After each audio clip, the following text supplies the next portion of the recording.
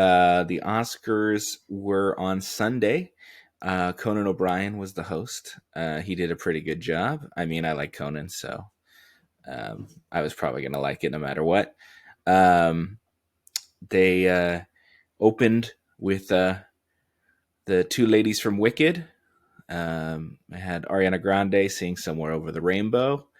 They had Cynthia Erivo sing Home from The Wiz.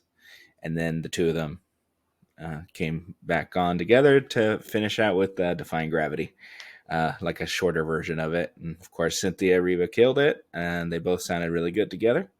Um, and that was a really good opener. And then the rest of the show was kind of mid. I Kicked it off. heard it was kind of predictable and boring. It's kind of what I heard. Yeah, kicked it off with a bang, and then they did a thing for James Bond because they gave like one of the Governor Awards to the producers of James Bond for the long time, who just gave up control of it. They gave him basically a Lifetime Achievement Award, an honorary Oscar, and yep. And then they did this tribute to Bond music, where they had Margaret Qualley from The Substance. She did like a dance number to what was it? Like the song, the theme song.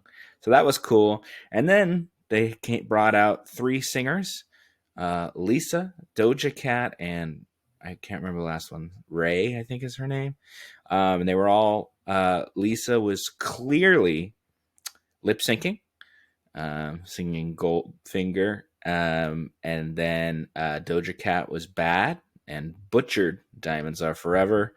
And then Ray was so jazzy, but she sung Skyfall, and she was just so over the top about it. So that was pretty awful. Pretty much butchered those songs with three not that stellar current singers. So, yeah, so that blew. And that was like one of the only musical things that they did the whole show. So, yeah, they did like the In Memoriam. They had Morgan Freeman come out and talk about Gene Hackman, who died recently, and then they had like a nice, you know, the In Memoriam section. But yeah, it was. I mean, the show went fine. There was no like crazy blow up. There was no people slapping. There's no reading the wrong name for Best Picture or anything. There was no big thing. Big. Mm-hmm. Yeah. Anora won 5 out of the 6 Oscars it was nominated for, including Best Actress, Best Director, Writing, Editing, and Best Picture.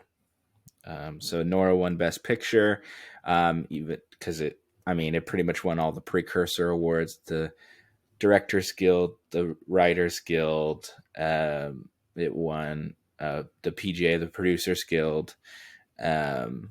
So, it was pretty much the front runner. And that's funny because that movie was a front runner long in the beginning, and then it kind of fell by the wayside, and then basically a conclave happened with all the other nominees. Emilia Perez got 13 nominations. It won 2, and one of them was the song from that.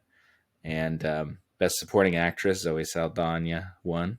So Gamora is a Oscar winner now. Yeah, so that one didn't win, and then people thought The Brutalist was doing pretty well. That didn't win, and then Conclave won SAG Ensemble, so they thought that was could be the upset, but no, Anora won. Yeah, it's not like wasn't my favorite. It's probably middle of the road for me, but I appreciate a smaller indie film winning. The Sean Baker, who's the director and writer and editor, apparently, of that movie. He won 4 Oscars last night, which is a record, winning 4 Oscars in one night, tying with Walt Disney. But he won it for one movie. He didn't win it for shorts and animation. He won it all for doing everything, basically.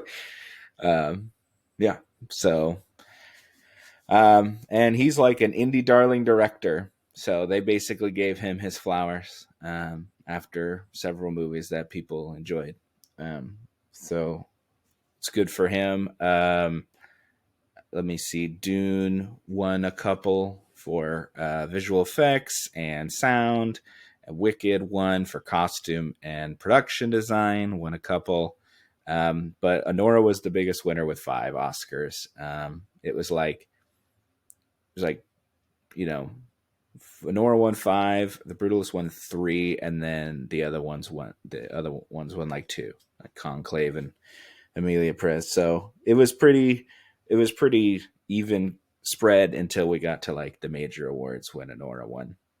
Oh, Anora won like 3 in a row because it was um, director, actress, and then picture was the last award. So yeah, they won, like they were going up over and over again. People Mhm. from Anora. So yeah, I mean, I'm gonna assume next year that the Oscar will probably go to a bigger movie. Would be my guess. Something more mainstream, something that probably makes more money.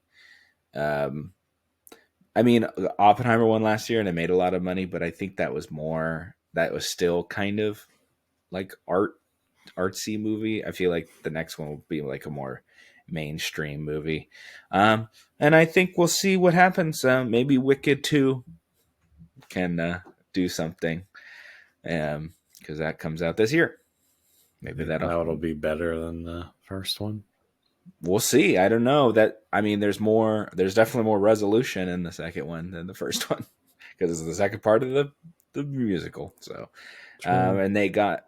I mean, they wrote new songs for the movie as well. So maybe they can get them an Oscar for song and stuff. And I know for a fact the best song category will be better than yet to this year because this was so weak. Um, so yeah, Yep. um, yeah. That's all the Oscar recap I think that we need, um, especially because I don't think you care. So, but as a biggest night in movies there, and we talk about movies. So, Yeah, sure. Biggest night. Yeah. big night. Thank you so much for watching part of the Daniel and Andrew show.